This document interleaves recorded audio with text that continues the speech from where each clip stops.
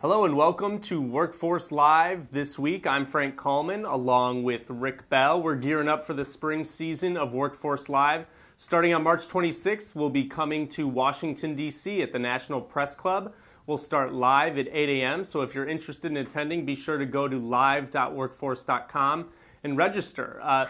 And for those of you who are familiar with our faces, you probably will associate us with an old video we used to do called 5 Minutes of Management on Workforce. Wait, we're not doing 5 Minutes of Management? Well, no, we're doing... Am I in the wrong studio? No, you're in the right studio. We're doing Workforce Live this week. It's a new video series that we're going to be shooting every week in tandem with our Workforce Live Traveling Speaker Series, which is attending Washington, D.C., as I mentioned earlier, New York, and then Atlanta in the spring. And then we'll be hitting 3 cities in the fall. I like the idea. It's great. It's great. But anyways, I thought this would be an opportune time to talk about branding, since we're rebranding our video series from 5 Minutes of Management to Workforce Live this week. We could talk about the importance of employee branding.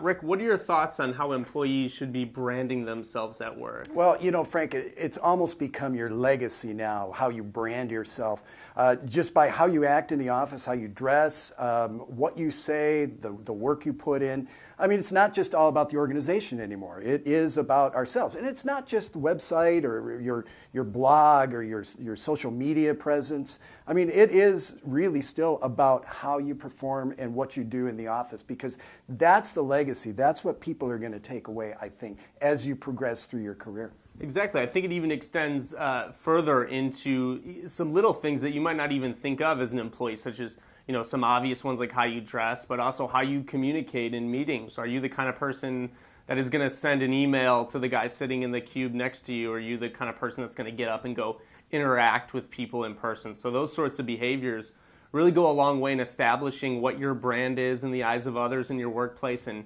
how you're viewed and respected at work.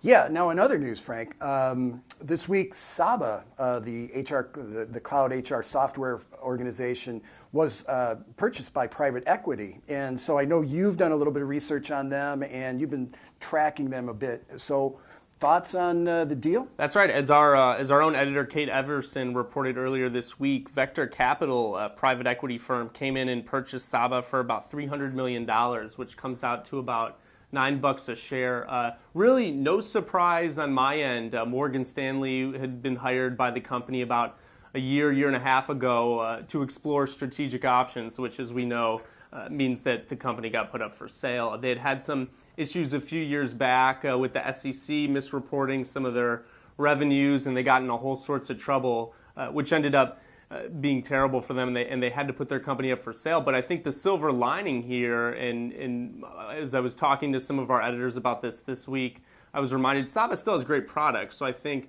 long-term strategy, Vector should be able to rebuild the company and turn them around.